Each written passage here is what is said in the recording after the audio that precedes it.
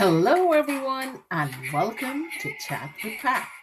I'm your host, Patricia Peters, and I'm so grateful you've chosen to spend a little part of your day with me. This is more than just another live stream. It's a place where hearts connect, stories inspired, lessons are shared, and lives are transformed. Here we laugh together, we learn together, we grow together, and sometimes we even cry together. Because every story carries a lesson, every challenge carries a purpose, and every conversation has the power to change someone's life. So whether you're joining us from across the street or across the world, welcome. Grab your favorite cup of coffee, invite a friend, join the conversation, and let's make these next few minutes truly meaningful. This is Chat with Pat, where real conversations create real connections, and every conversation leaves a lasting impact. Welcome, everyone.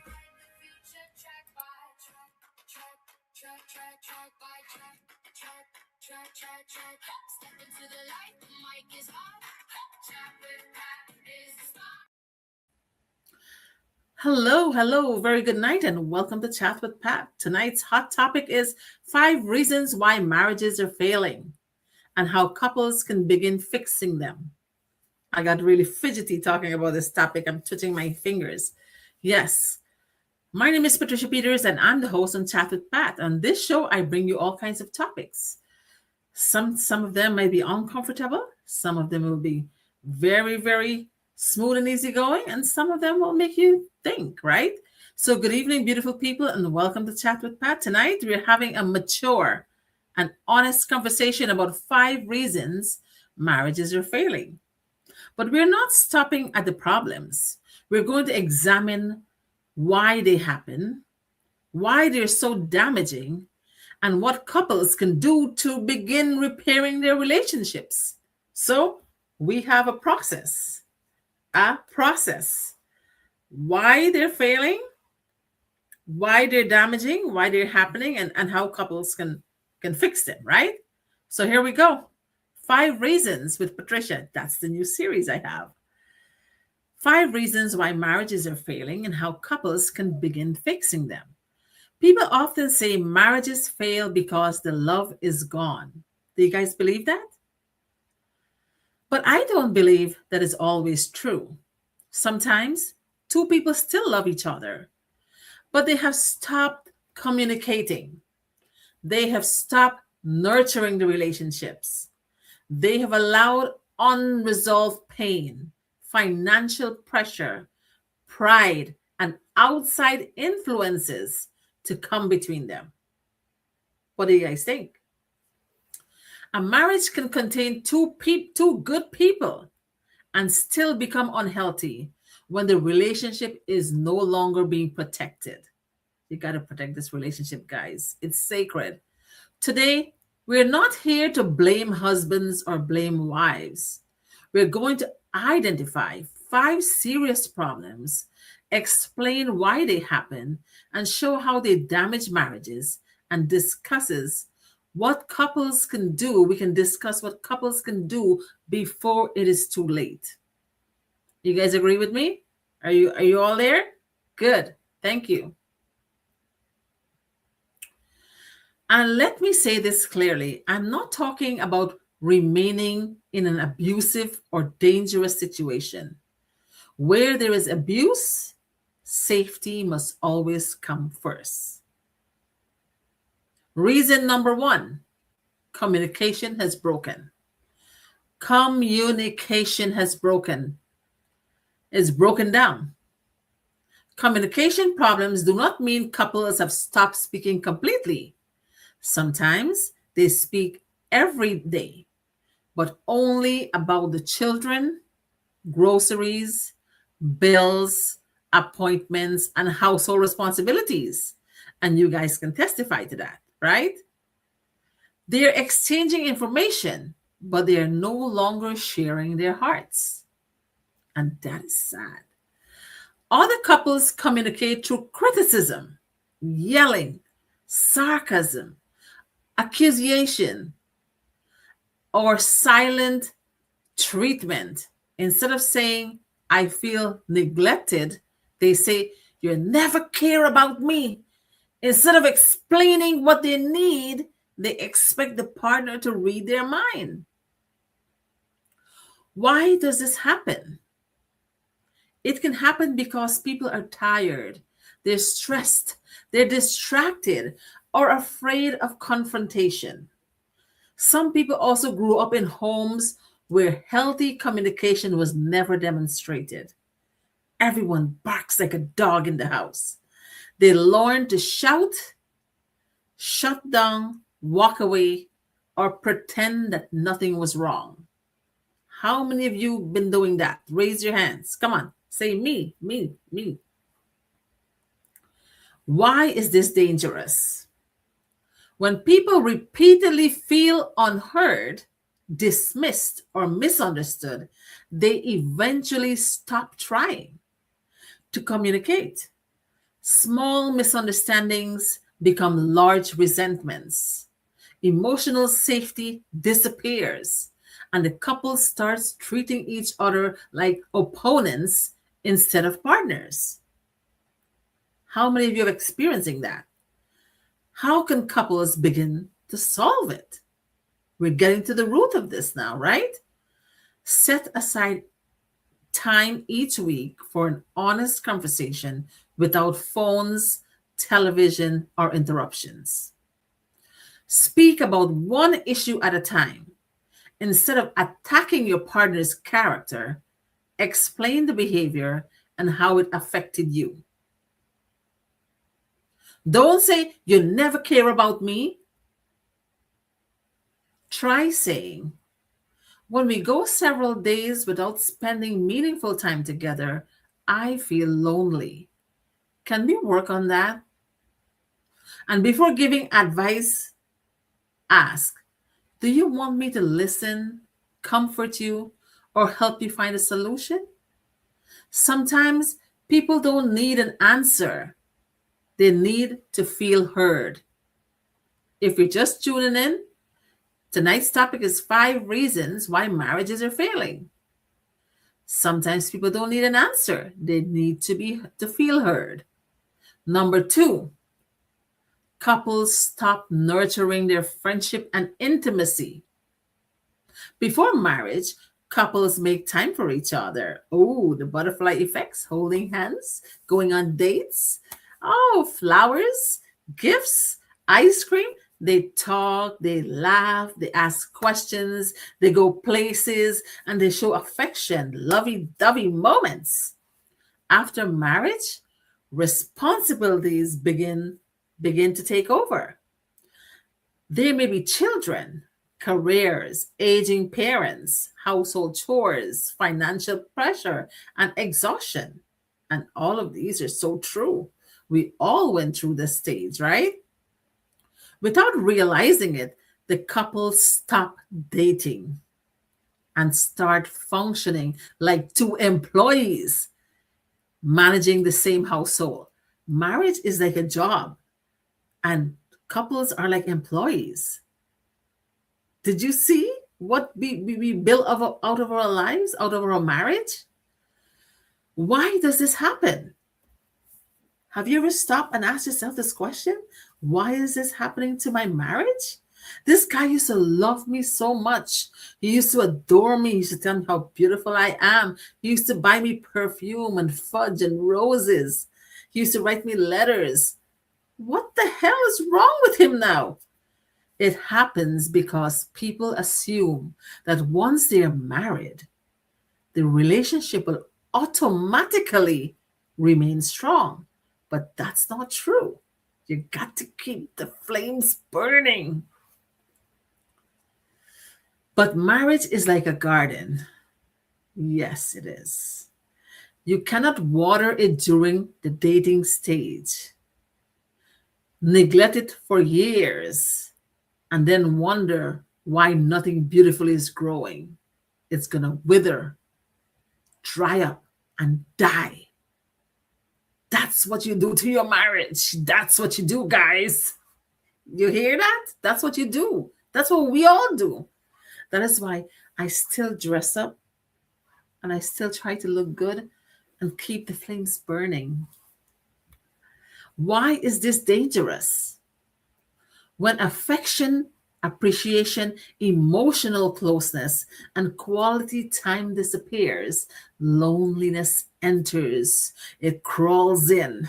Loneliness enters the marriage like a ghost, right? A person can be married, sleep beside someone every night, and still feel completely lonely. How many of you, in your honest, God fearing mind, can confess, yes, I am that person who feels lonely? Can anyone be honest with me tonight? Juicy Mama Angel, Lord Krishna, Leon, can you be honest with me tonight and say that sometimes you do feel lonely in your marriage? Anybody? Anybody? Any takers? Intimacy is not only about sex. It also includes emotional safety, affection, laughter, kindness, conversation, and feeling valued. So sex is not everything. There's so many things can keep two people together. All right? Sex plays a major role. People wake up in the morning lovey-dovey, smiling at each other and having all these little blushes and all these things. And oh, honey and sweetheart and darling, sex is great. But there's so many other things to make you feel loved, valued, and appreciated. How can couples begin solving this? All right. How can people? Yep. Start with small, consistent actions. Go back to your dating days, guys. Spend at least 10 uninterrupted minutes talking every day. Only 10 minutes, guys. 10 minutes. Talk to your wife. Talk to your husband. Give them a hug. Every husband and wife should hug each other for 5 minutes every day. It does wonders to your body, your soul, and your mind. Try it. I do it all the time. I will catch my husband and hug him, and he is like, I'm busy. I said, come here. I don't care how busy you are. Come give me a hug. Spend at least 10 uninterrupted minutes talking every day, and not only about problems. Don't talk about problems. Just compliment each other. I said, honey, you look so good today. Even though we're getting older, you still look good. Your hair needs some cutting, but your mustache looks great. Just some little gestures out there, right? Put the phones away. Ask your partner, how are they really feeling? Express appreciation. Thank you for doing the dishes. Thanks for doing the laundry. Dinner was great. Honey, I know you get up 4 o'clock in the morning every day to go to work. Oh, I feel so bad for you. I wish I could do an online business and keep you home. Offer affection without always expecting it to lead somewhere. Do something with nothing in return. Don't expect anything. Just be kind for 10 minutes. Plan regular time together, even if it is only a walk, a cup of coffee, or dinner at home. You know, you know why I work with a lot of white folks. I babysat a lot of kids. They will pay me to take care of their kids once a week at night so they can go on a date. They will pay to go on a date just to keep the flames burning, just to keep the marriage alive. And we need to do the same. Spend quality time with your partner. Maybe you're at a stage right now where you hate each other. You guys become so aggressive and so quarrelsome with each other. You hate each other. You become so ugly that you don't even want to look at each other's face anymore. You got to stop it. You got to remember the woman you fall in love with. Remember the man you fall in love with.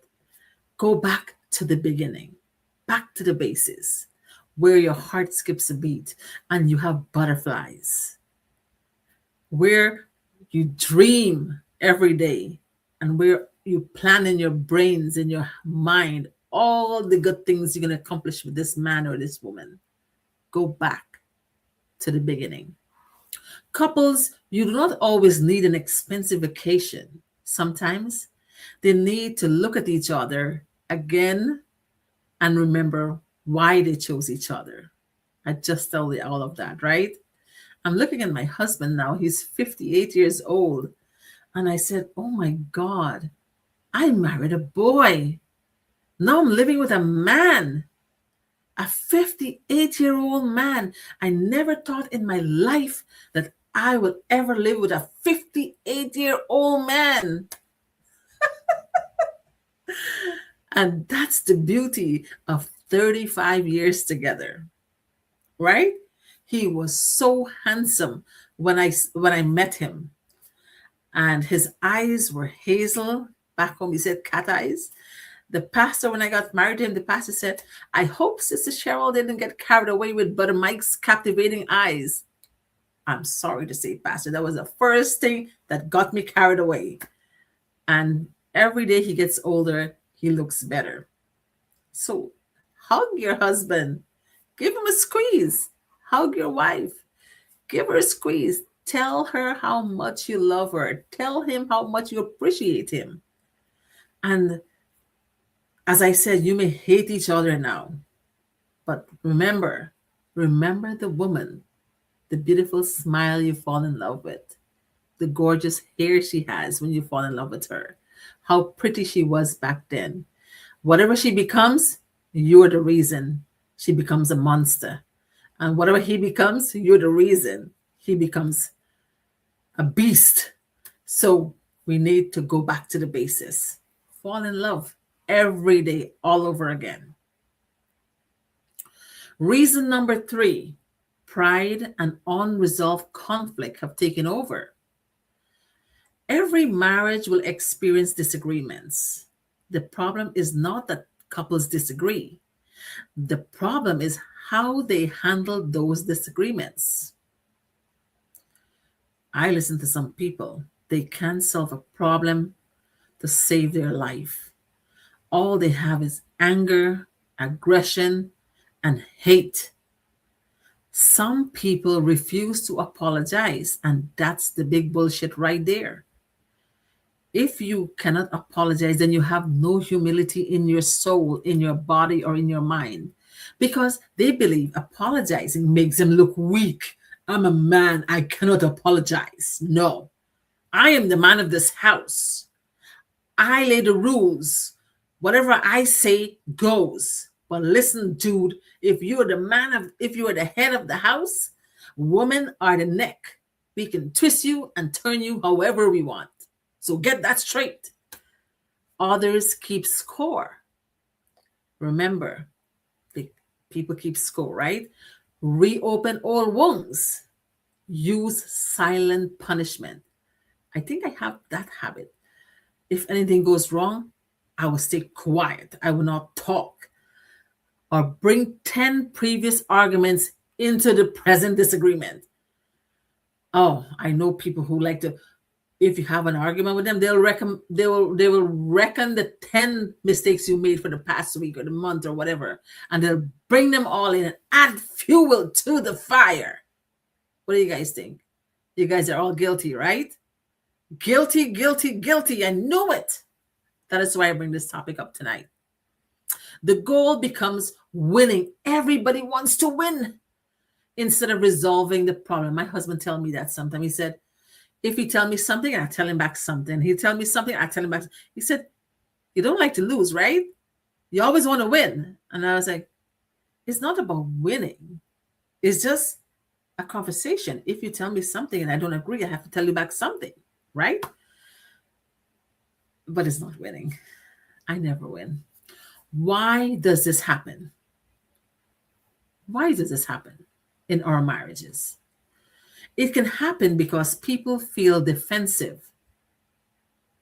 And that's a bad, bad attitude to have. embarrassed or afraid of accepting responsibility. Nobody wants to say sorry. Nobody wants to apologize. Everybody wants to hold their pride because they're so defensive. Some people never learn how to disagree without attacking, insulting, or withdrawing. I put a poster today about five issues of a failing marriage, and I put two of my grandbabies, a dog, Teo, and a cat, Jasper, black and white. They lay so beautiful next to each other. Oh, and I said, our marriages should be like animals now. We should live. They said, you live like dog and cat. That's not happening anymore. People not living like dog. And people should start living like dog and cats because they live so lovingly. I see them on a daily basis. My kids send me videos and pictures, and so beautiful. Dogs and cats are living together, so happy. We need to live like these creatures. Others avoid difficult conversations until their frustration explodes. They become like witches, their hair all splattered on their head. Why is this dangerous? It's dangerous. Unresolved hurt does not simply disappear, it becomes resentment. Sometimes, have you ever said to your mind that you hate your husband so much, or you hate your wife so much if you have a quarrel or an argument or a confrontation or any situation? You're like, oh my God, I just want to strangle this man. I want to kill him. But that's what unresolved hurt does to you. It fills you up with hate and resentment that you want to destroy your partner. Then one day, the couple is no longer arguing about the dirty dishes. They're arguing about every time one person felt ignored, disrespect, embarrassed, or abandoned during the entire marriage.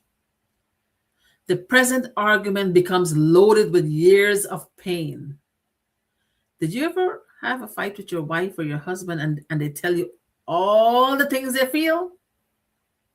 Yes. How can you resolve this? How can couples begin to resolve this? Learn how to repair the relationship after conflict.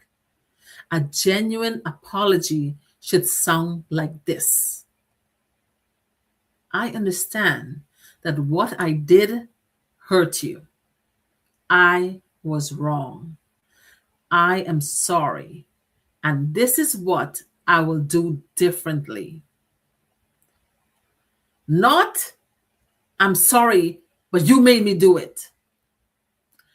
If a conversation becomes too heated, take a break, but agree on a time to return and finish the discussion. Walking away forever is not conflict resolution. You know, one of the 10 rules of a happy marriage, we always have it in the plaque in Guyana, putting on in our wall. Do not go to bed with a quarrel unsettled. 10 rules of a happy marriage. That was one of them. Or do not shout at each other unless the house is on fire. Remember those guys?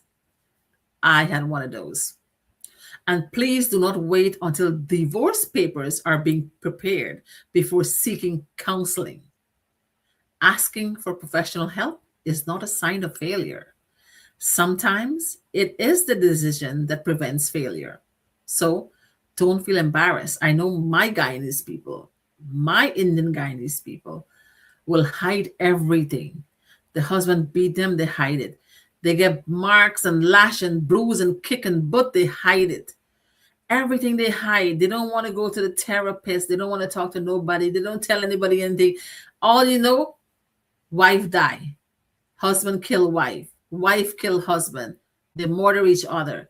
They wait until everything boils up and explodes like a volcano. The question should never be who won the argument. Guys, are you listening to me? Nobody, you're not in a wrestling match here who's going to win. Your husband and wife. your partners, your parents, your lovers, you was once lovers, your best friends. Stop the quarreling, stop the fighting, stop the nagging. Remember the woman you fall in love with. All the nice, nice words you used to tell her. She's a sweetheart, your honey bunches of oats, your sugar plum, your fudgicle, a popsicle, ice cream, all them sweet, sweet words you used to tell her. What happened now? You call her the B word, the A word, the S word, and all kind of nasty, nasty things. She's the mother of your children. She's the woman you signed the document with until death do you part. Why are you treating her that way? Woman, why are you treating him that way? The real question is, did our relationship survive the way we treated each other? Reason number 4, money and unequal responsibilities create resentment. Well, this one is big in every family. Every time I talk about bills, my husband will not listen. He does not like to hear about bills. He doesn't want to hear anything. He gives you his money and pay the bills, and that's it. I like to pinpoint everything because the money doesn't pair up with what I need to get done. But he doesn't like to hear it. From day one till today, money is one of the most sensitive subjects in a marriage. One person may be a saver while the other is a spender. And in every marriage, you have that. And sometimes both people are spenders. Both people are shopaholics. Both people are hoarders. One may believe in planning while the other believes everything will somehow work itself out. Guys, I know I can do a lot of things, but I'm not a magician. I can't multiply paychecks. I can't duplicate paychecks. I can't clone paychecks. There may be hidden spending, secret debt, controlling behavior, or major financial decisions made without discussion. My money is my money, and your money is my money. And the husbands get smarter now. Their money is their money, and the wife's money is her money. And then nobody comes in between. They don't want to say, my daughter she has a fiance, and she said, Solomon's money is Solomon's money, Ross's money is Ross's money, but then they have the bills money. Both of them contribute towards bills. I'll pay X, Y, and Z, you pay X, Y, and Z, and that is fair game for me. Resentment can also develop when one person feels they're carrying most of the financial household, parenting, or emotional responsibilities. And I know this happens in every family. Let me connect this briefly to something I often talk about: creating more options for ourselves and our families. Money is not the only reason marriages struggle, and a business cannot fix a relationship that lacks love, honesty, or respect. However, financial pressure can intensify existing problems. When couples are stressed about bills, exhausted from working, and still unable to get ahead, even small disagreements can escalate. Often the issue is not the expense itself, but the fear and feeling of being stuck. That is why I encourage people to learn new skills and explore additional streams of income. I am not promising overnight success or suggesting anyone leave their job. Instead, I'm talking about building something alongside what you already have, and that may eventually create more flexibility, confidence, and financial breathing room, so that you don't have to be up all in his space, in his pocket, and in his wallet. When families have more options, they can make decisions from a place of possibility rather than constant pressure. Sometimes protecting our family begins with being open to learning different way. Why does this happen? People enter marriage with different experiences and beliefs about money. Some grew up with financial security, while others experience poverty or instability. Couples may also enter marriage with unspoken expectation. I know my husband told me when he married me, I didn't have a penny in my name. I was teaching, but when I was teaching, I was buying gifts for him and buying stuff for everybody around me. So I have nothing. Yes, couples may also enter marriage with unspoken expectations about who should earn the money, manage the bills, raise the children, cook, clean, or make important decisions. Why is this dangerous? Why is this dangerous? Money is not only about dollars, it can represent safety, trust, freedom, respect, and power. When financial information is hidden or responsibilities feel unfair, the injured partner may feel used, controlled, or unappreciated. How can we solve? How can couples begin to solve it? Have a regular money and household meeting. Ha! Ha! Ah! Have a regular money and household meeting. Be honest about income, debt, spending, saving, and financial goals. Create a plan together.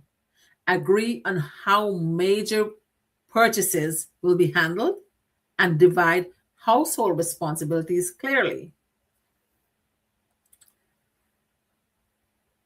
Fair does not always mean everything must be divided exactly 50-50. Fair means both people understand the arrangement, agree to it, and feel respected. You know, when I was growing up, women don't work in Guyana. Hardly, especially Indian women. They don't work. They stayed home, take care of the kids, cook, clean, wash. The men go out and work. So there was never a confrontation whose money is whose. What the husband bring in, the wife will use, take care of the family. If she can save, save. The only time we go to the bank in Guyana is when we put money. I never went to the bank to take out money.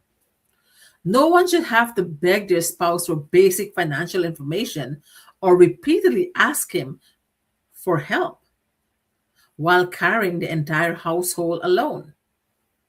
Reason number 5: outside influences can have been given too much access. And we all went through this. The in laws, the mom in law, the dad in law, the sister in law, the brother in law, all them laws. Every marriage needs healthy boundaries.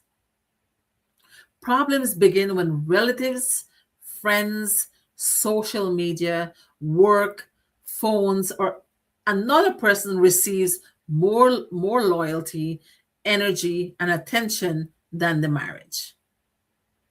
Some couples share every private disagreement with family and friends. Oh boy.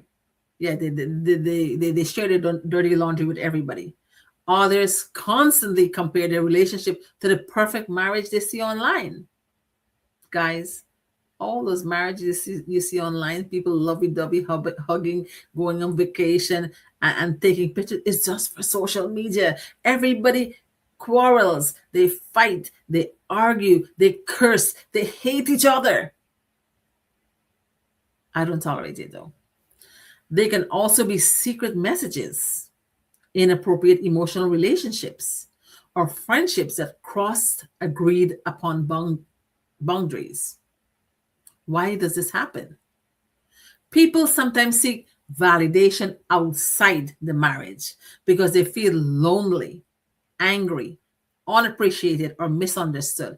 If you have a husband who's nagging you and calling you the B word and insulting you and fighting you and cursing you out and reckoning your name in bad words, and then you saw a guy at work who treats you nice and talks to you so politely and smiles at you and laughs with you and chats with you and so nice to you, what's going to happen? What's going to happen? People get carried away because they get better treatment outside. Same goes for the husband. I'm looking at an Indian actor right now. I'm not even interested in this guy. I'm not even don't even like him or care for him. But it keeps popping up on my feed all the time. Ajay Devgan. You look at Kajal and him. their marriage, and then you look at Taboo, the girl next to him. You look at when they're together, they're like two sour lime. They're not smiling, they're serious, they're so aggressive looking, and no connection, no vibes, no love, no communication. But when he's with Taboo, he smiles, he laughs, he's so happy. And I was like, this is real marriage because your partner knows you in and out. Those people outside don't know all your dirty laundry. They don't know how you are, how aggressive and mean you are when you're with your wife. But outside, you're nice and lovey dovey. So it always look pleasant outside. That woman doesn't know your deep, dark, dirty attitude, right? Your wife knows it all. So she'll always be on alert with you. And that's what's happening in many marriages today. People sometimes seek validation outside the marriage because they feel lonely, angry, unappreciated, or misunderstood. And then there are people, on the other hand, who go through hell and back, and they will never, ever have the mindset to do anything wrong whatsoever. So we're all different, right? Others never establish clear boundaries about privacy, friendships, relationships, social media, or communication with former partners. Ooh, some people, even though they're married, they'll have relationships with their old partners. They said, "Oh, fire wouldn't take long to catch, doesn't take long to spark," and that happens because of social media. I think so many wives are cheating on their husbands. So many husbands are cheating on their wives. Boyfriend, girlfriend, fiance, everybody is cheating on social media. What do you guys think? Why is this dangerous? When outsiders are allowed to enter every disagreement, the couple may stop solving problems together. Social media comparison can also make an ordinary, beautiful, naive, sincere, honest marriage look like a failure because it is being compared to someone else's carefully edited, highlighted reel on social media. Secretive behavior destroys trust, even when someone insists that nothing happens. How can couples begin solving this? Ooh, this topic is hot tonight, I'm telling you.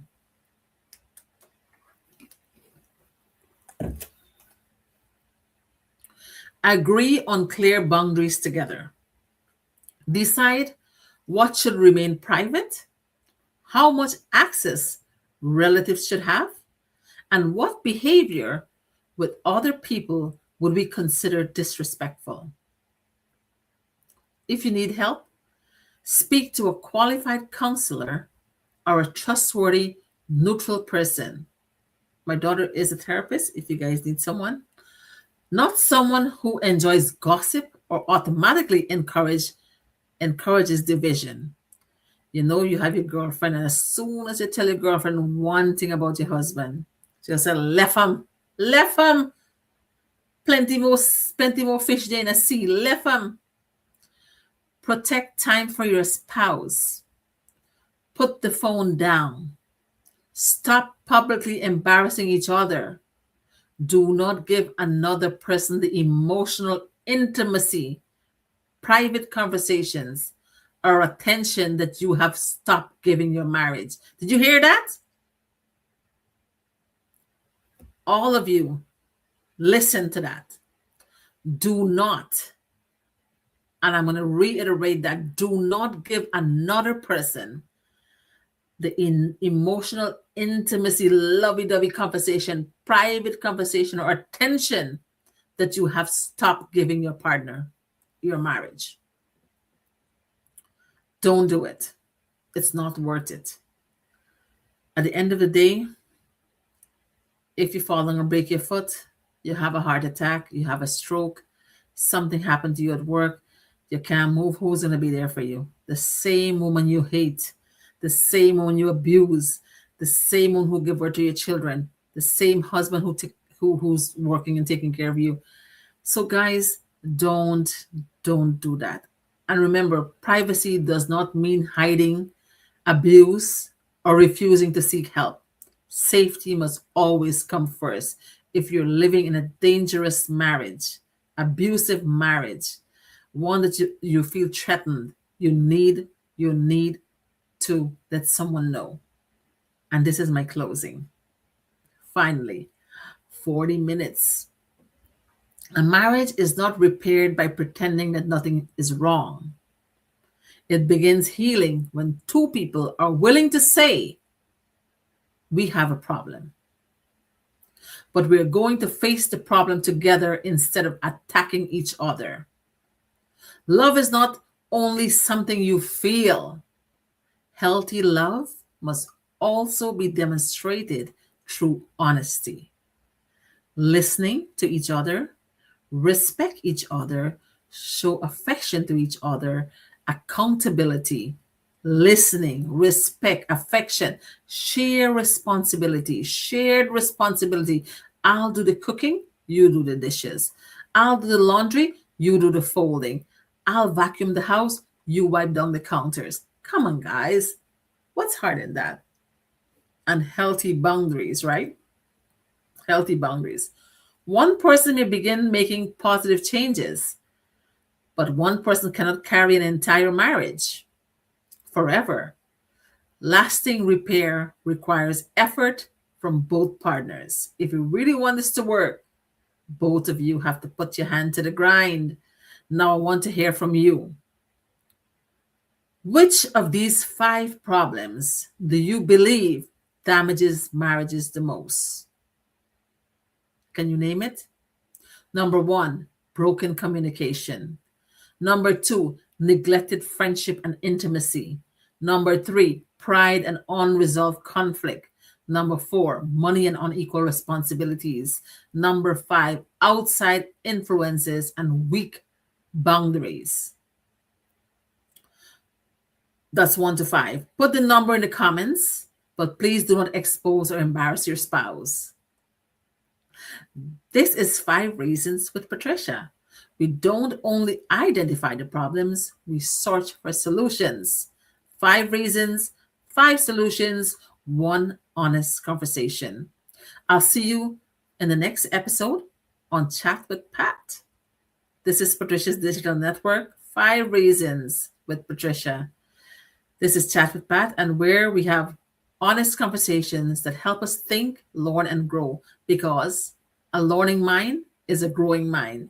And that's a wrap for tonight.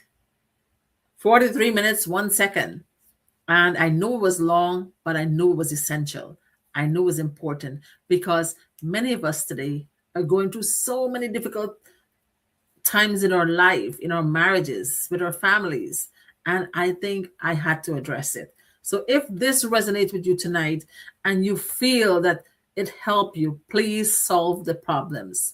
Look for solutions and mend your case, mend your matter, mend your marriage. Make it work, guys, because listen, the grass is not greener on the other side. Sometimes we have a husband who's crotchety, who likes to clean the stove while you're cooking. But when you think you're going to have a better husband than that, you might have one sitting on a couch and you have to cook, clean the stove, and take the food to him there too. So the grass is not greener on the other side. All right. With that, I will say good night. If you look around and you find that there are no good human beings in the world, please be the first one to be kind, caring, and loving. And remember, hug your partner for 5 minutes every day, even if you have to force him or her. Make it a habit. Promise me, it works. I love doing it. Have a good night and stay blessed. I hope your marriage works out really well.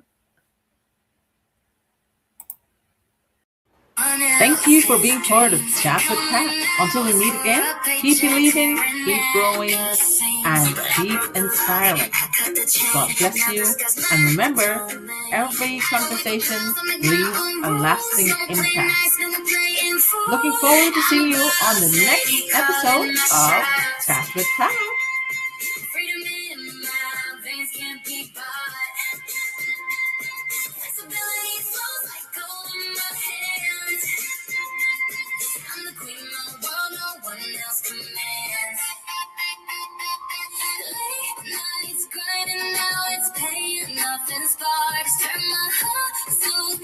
to work, left my name on the charts. I don't clock in, I don't clock